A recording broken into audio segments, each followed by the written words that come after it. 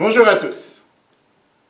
La paracha de cette semaine, la paracha Ki Tetseh, qui nous parle de nombreuses lois, dont les lois de divorce, puis le mariage. Et bien sûr, nous retrouvons à la fin de la paracha le fameux devoir de se rappeler ce que nous a causé, ce que nous a fait comme mal Amalek. Et la Torah nous donne cette mitzvah, ce commandement, en deux termes. D'une part, le devoir de se rappeler, et de l'autre part, le devoir de ne pas oublier. Le Midrash nous raconte que quand Moïse donna l'ordre au peuple juif, « Rappelle-toi ce qui t'a fait Amalek », le peuple juif est venu et demanda à Moïse, c'est presque impossible de se rappeler deux choses à la fois.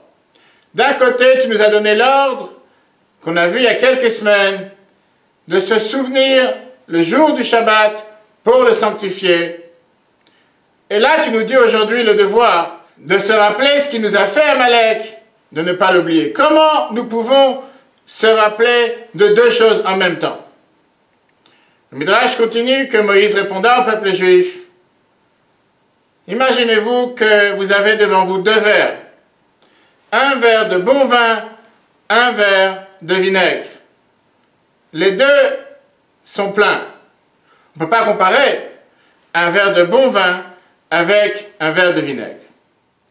Le Rabbi Lubavitch, ce Shabbat, en 1972, pose plusieurs questions sur cet échange entre Moïse et le peuple juif. Tout d'abord, c'est quoi cette question?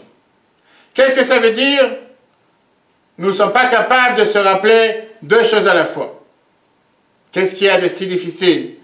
D'un côté, de se rappeler, de se souvenir, le septième jour, le jour du Shabbat, pour le sanctifier. Et de l'autre côté, se rappeler qu'il y a eu un antisémite sur terre qui s'appelait Amalek, qui était le premier à vouloir trouver une solution finale pour le peuple juif. En quoi l'un est contraire à l'autre?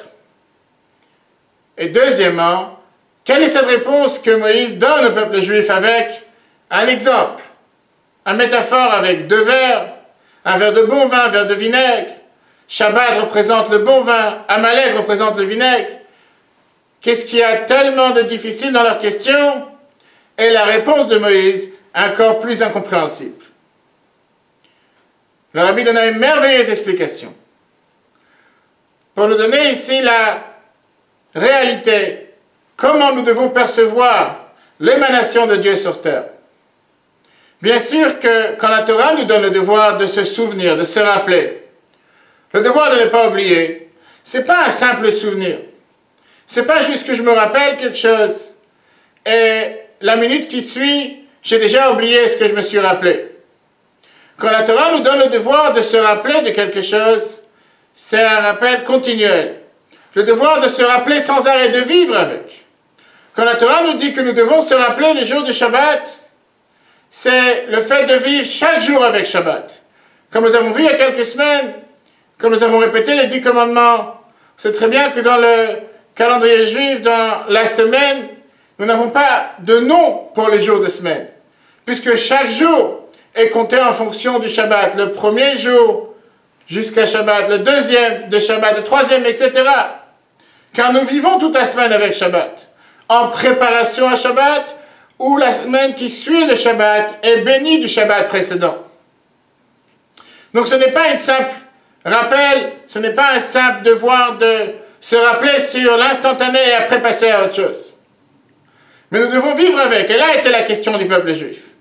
Si notre pensée, si nos actions est totalement prise par cette pensée positive qui est de se rappeler du Shabbat, de vivre avec la préparation au Shabbat, les bénédictions que nous recevons du Shabbat, comment au même moment nous pouvons penser à ce qui vient refléter l'antithèse de Shabbat, qui est la personne sur terre qui est venue pour montrer qu'il n'y a pas de Dieu, se rebeller contre Dieu, montrer comme quoi il n'a pas peur de Dieu, par la définition d'Amalek, venir attaquer le peuple juif, renier l'existence même de Dieu. C'est impossible de faire les deux ensemble. Viens Moshe et répond au contraire. Rappelez-vous qu'il y a le bon vin et le vinaigre. Ne pas oublier que la source du vinaigre vient aussi du vin.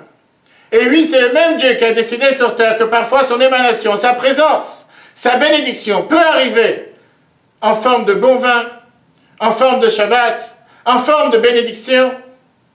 Et parfois, le même Dieu a décidé que son émanation sur terre arrive en forme de vinaigre, en forme d'Amalek. À nous de savoir faire la distinction, à nous de savoir faire le choix. Mais il n'y a aucune contradiction à pouvoir vivre avec ces deux souvenirs au même instant, au même moment. À nous de faire la part des choses. De même dans la vie de chacun d'entre nous. Parfois, quelqu'un peut se trouver dans le niveau le plus élevé, proche de Dieu, du bon vin, qui représente le Shabbat. Il ne doit pas oublier qu'il doit aussi descendre dans les niveaux les plus bas, afin de s'assurer que ces niveaux les plus bas aussi s'élèvent à un niveau élevé. Parfois, quelqu'un peut être comme du vinaigre, comme le niveau d'Amalek. Il ne doit pas oublier qu'à la source, c'est du bon vin. Et ce n'est pas parce que maintenant il se trouve comme un niveau bas dans le vinaigre qu'il ne peut pas s'élever, surmonter les difficultés, surmonter les épreuves et devenir du bon vin. Voilà la réponse à cette métaphore magnifique que Moshe a donnée au peuple juif, suite au devoir que nous avons dans la paracha de cette semaine, de ne pas oublier et se rappeler ce que nous a fait Amalek. Très bonne journée à tous et à la semaine prochaine.